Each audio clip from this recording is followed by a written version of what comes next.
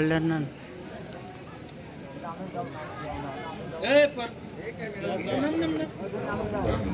এ ভাই ক্যামেরা আলা খারাপ না। এই কথা বলিস না।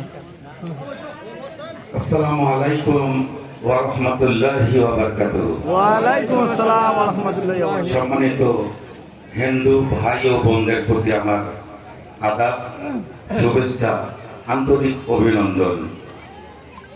যতগুলো প্রেসক্রিপশন দেওয়া হলো আমাকে, আসলে এই রকম আমার বড় ভাই, আমার চাচা, আমার দাদা, আমার কাকা, আমার পর্দার আড়ালের সম্মানিত মা ও বোনেরা, তাদের সামনে বলছে বক্তব্য রাখবে। আমার বক্তব্য রাখার কিছুই নেই। এত সম্মানিত ব্যক্তিদের সামনে স্টেজে বসাটা থাকাটাই আমি আমার বেয়াদবি মনে করি। যে চাচাদের দেখলে, যে দাদাদের দেখলে, যে আত্মীয় স্বজন পাড়া প্রতিবেশীদেরকে দেখলে মোটরসাইকেল চালিয়ে ধরলে মোটরসাইকেল থেকে নেমে যায়, তাদের সামনে স্টেজে প্রধান অতিথিও এই এলাকাবাসীর জন্য, আমার জন্য বেমানান। আমি আপনাদের প্রধান অতিথি না, আমি প্রধান বক্তাও না, আমি আপনাদের সন্তান, আপনাদের ছেলে, আপনাদের একান্ত প্রতিবেশী। কথা বলে ঠিক কিনা?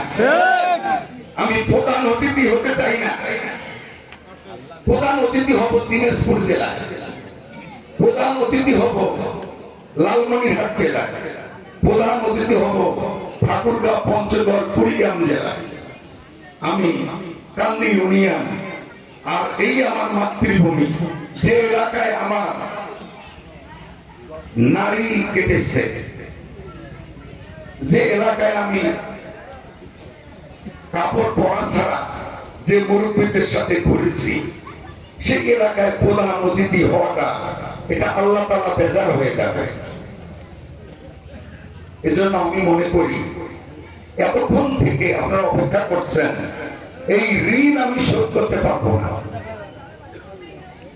এতক্ষণ থেকে ঘুমকে হারাম করে মা বোনেরা অপেক্ষা করছে, এটা আমার কাছে কাল কিয়ামতে যদি আপনারা ধরেন, আমি কিয়ামতে পার পাবো না।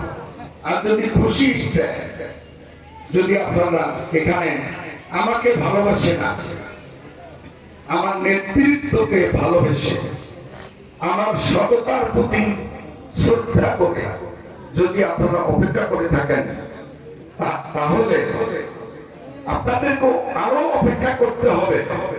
আগামী নির্বাচনের দিন সর্বশেষ যখন সমস্ত সেন্টার থেকে দাঁড়িপাল্লা আপনাদের সন্তান এটিএম আজম খান বিপুল ভোটে বিজয় লাভ করেছে, তখন হবে আসলে আপনাদের এই 10 টাকা এতক্ষণ অপেক্ষা করা, এতক্ষণ কষ্ট করা সার্থকতা। কথা বলে ঠিক কিনা? সম্মানিত ভাইয়েরা, সম্মানিত বোনেরা, সম্মানিত এলাকাবাসী, অনেক ওলামায়ে হযরত এখানে উপস্থিত হয়েছেন, অনেক শিক্ষক মন্ডলী, অনেক যুবক, অনেক ব্যবসায়ী, অনেক খেটে খাওয়া মানুষ, রিক্সাওয়ালা, ভ্যানওয়ালা, ঠেলা গাড়িওয়ালা এবং সিএনজি অটোওয়ালা মাথার ঘাম পায়ে ফেলে মাঠে কাজ করা আমার এই প্রিয় মাতৃভূমি, সম্মানিত মা বোনেরা এবং সম্মানিত ভাইয়েরা, চাচারা, দাদারা, আমি আপনাদের কাছে গল্প করব, বক্তব্য দেব না। বক্তব্য দিয়ে আসলাম অনেক জায়গায়, গতকাল এবং আজকে কান্দি ইউনিয়নের অনেক জায়গায় কিছুকে বক্তব্য দিয়েছি। আজকে বক্তব্য দেব না, আজকে এতটুকুই দোয়া চাবো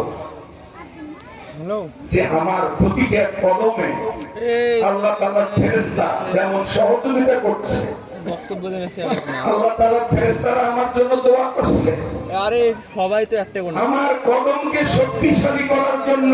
সবাই এই জায়গাতে আপনাদের আজকের এই চেতনা আরশের মালিক আল্লাহকে বলবো, হে আল্লাহ, আমার মাতৃভূমির প্রতি তুমি রহমত করেছো। দাম মনে করতে হবে এইরকম ঐক্য, এইরকম চেতনা টাকা পাবে তো আমি অন্য কোথাও, অন্য নমিনের, অন্য এমপি প্রার্থীর দেখি নাই। এজন্য আবারও আপনাদেরকে মোবারকবাদ, ধন্যবাদ জানাই। সম্মানিত উপস্থিতি, নির্বাচন কেন? আমি ছাত্র জীবন শেষ করে এসে মসজিদ করেছি। একদিন আমি টেস্ট করলাম, আমার অনেক ভাইরা এখানে এখনো বেঁচে আছে। এটা ছিল খেরির ঘর একটা। ছাত্র জীবন শেষ করে এসে কয়েকজনকে বললাম যে একটা মসজিদ করবো। তো জায়গা দেখে দেবে, এটা গর্ত ছিল, বিশাল গর্ত। আমি বললাম সবাই মিলে মাটি কাটি, আগামীকাল মাটি কাটবো, হিসাব করেছে স্যার। আমি আসলাম কোদাল আর টালি নিয়ে, দেখলাম এলাকার সমস্ত লোক এই মাটি কাটলো। আমি দেখেছি ছোট থাকতে আমার প্রতি এলাকার জনগণের এত ভালোবাসা, এটা আমি ঋণ শোধ করতে পারবো না।